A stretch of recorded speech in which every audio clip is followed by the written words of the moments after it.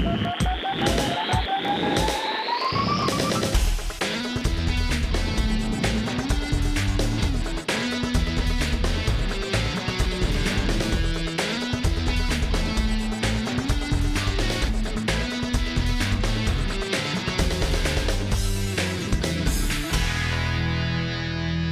there, TGIF. Thank God it is Friday. I'm very happy about this holiday weekend upcoming. Welcome to Louisville Live this morning. Thank you for joining me. Craig Hoffman is off for the holiday. But first, I am here with Elizabeth Lafferty. Welcome, Elizabeth. Thank you. Good to have you. Elizabeth is with Shelby Prevention. Now, for those of you that are thinking, what is Shelby Prevention? As in Shelby County, Kentucky. Tell us what Shelby Prevention is and what you all do.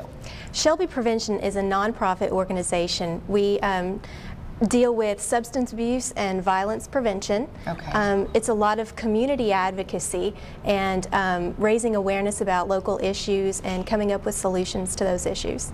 Okay, now the first thing I'm thinking is, you said raising awareness around local issues. Now we're talking Shelby County. So I know a lot of people are probably thinking, Shelby County, that's kind of out in the country. What goes on in Shelby County? Is there a big need? Is there a big issue around violence and drug use, drug abuse? There most certainly are some issues, and a lot of people would not really see that, and I think even locally it's a difficult situation sometimes to raise that issue, especially with parents and people who have been in the community for years.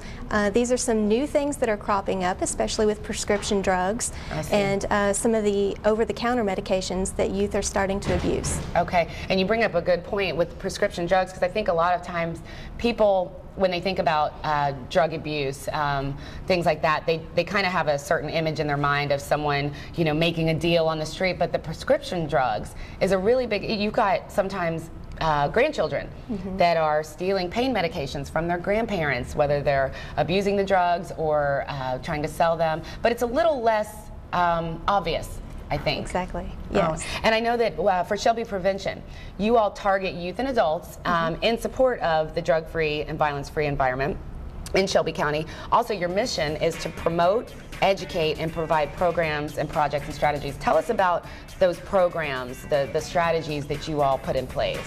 Well, over the past year, we're funded through a Drug-Free Communities federal grant. And under that grant, we've been able to provide training to servers at local restaurants to receive the STAR, Server Training and Alcohol Regulations, through the Kentucky Alcoholic Beverage Control. And this training will allow them to spot fake IDs. It will allow them to know what the laws are regarding cutoff limits, and that they can even do that. So providing trainings, providing information to parents, to offer programs and alternative activities for youth so that they have an honorable out. There's something else that they can do that's cool, but yet going to keep them safe. I see. Now, you know, if someone's watching the show and now learning about Shelby Prevention and they want to get involved, what are the different ways that people can get involved? And do you have to be in Shelby County or from Shelby County to do so? We open our doors to volunteers, so anybody can volunteer.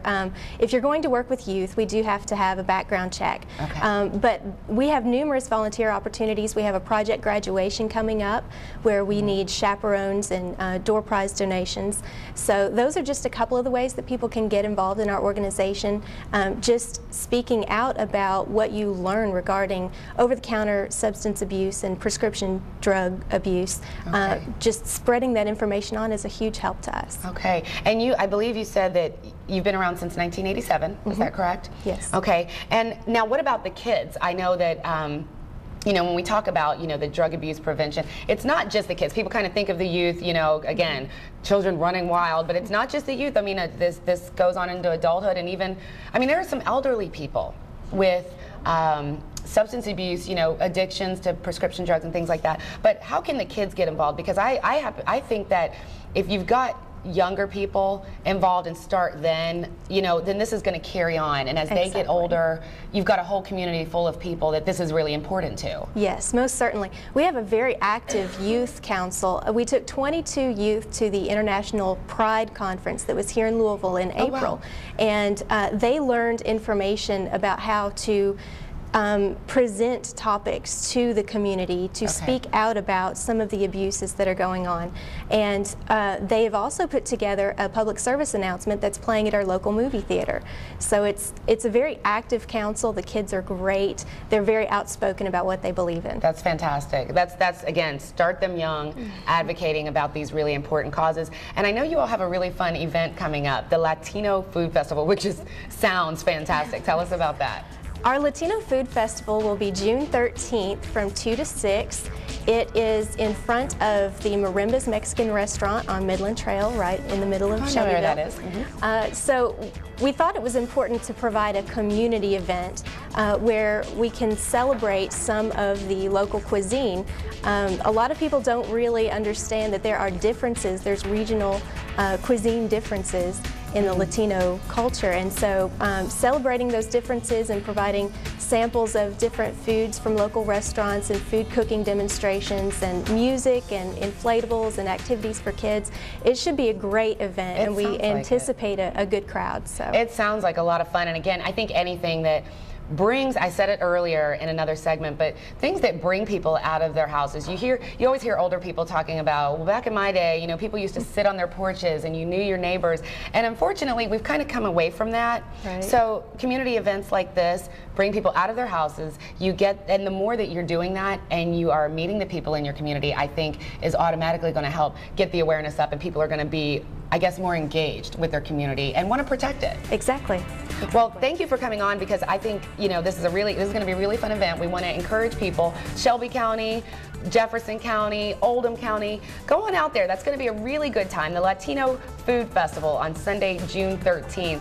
Thank you so much for coming on and telling us about this wonderful event and initiative. Thank you for having me.